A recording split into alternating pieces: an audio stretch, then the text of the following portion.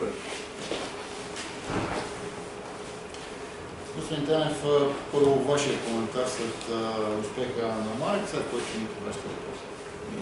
Здрав матч, нервен матч, 3 точки ги спечелихме, дойдеха малко късно накрая, може би така са по-сладки.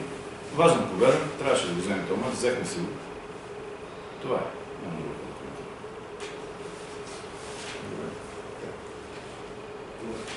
Вече след тази победа шансовете на Марек значително се увеличават за оставане. Сметки ни правим. Трябва да играем всички мачове. Още по-важни мачове ще има, още по-здрави мачове, така че трябва да се приготвим и да играем малко повече футбол. Преди това попадение, цели 850 минути не бяхте отбелязвали гол. Смятате ли, че сега ще се отпушим по-то? Ами да се надяваме, че може и да се отпушим. Да се надяваме. Искрено се надявам, че ще бъде малко по-резултатно. Иначе имахме създадени положения. Предишния мач срещу Черно море имахме доста положения и днес мисля, че пак имаме. Особено в началото, при малко по-голяма концентрация, особено положението с гледата на Тошко Колев, сам също вратата. Той е дължен да я направи. Такъв гол компенсира липсата на 850 минути на гол? Сигурно, и като носят 3 точки, които са важни, може така да се каже. Господин Тенев, Марек победи в един матч, който не беше много красив за гледане. Да, наистина, точно така. Малко беше футбола, малко бяха футболните достоинства, въпреки че имаше и доста качество футболни. И двата отбора могат да играят много по-добър футбол. Но на нас ни трябваха непременно тия точки, може би така това поизнерви нещата. Смятате ли, че съдията се справи с двубоя и имаше ли той роля за...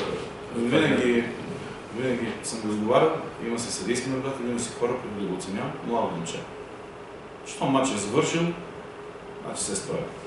Имате ли претенции за 11 метров наказателен удар при 0-0, когато Рангел Лушев беше сам срещу Марек? Още на матча срещу ЦСКА ви казах, че дуспа това, което съдията даде. Така че да имам претенции, то е минало. И играчите на Славия имаха претенции при отбелязването на гола за нарушение в центъра на терена. Трябва да гледам записа, да върна лентата. Но може да има. Не мога да ви кажа. Не мога да ви кажа. Ситуацията не съм точно. Само видях, че Абушев се справи и вкара долу. Накрая какво стана там? Някакво преръкание имаше след матча при тунела. Аз не съм бил. Не съм имал с никой преръкание. Аз не просто се прибрах с жена. Не мога да ви кажа. Да. Не мога да задоволя въпроса. Това е. Още ли? Последният въпрос, господин Тенев, извинявайте. В отбора на Марек повече майсторство или повече характер имаше днес? Характер. Определено характер и желание за 3 точки. С новите футболисти, които играят вече по-добре. По-раздвижен отбор сме.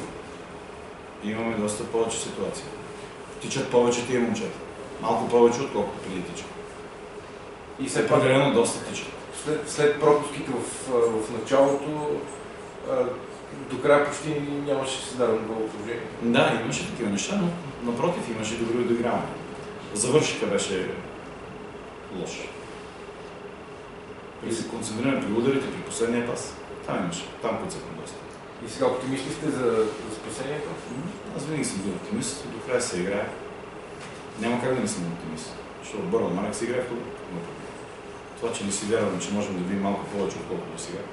Това мисля, че е втора победа на собствен терен. Твърде малко за Марек. Господин Тенев е най-големият оптимист тук.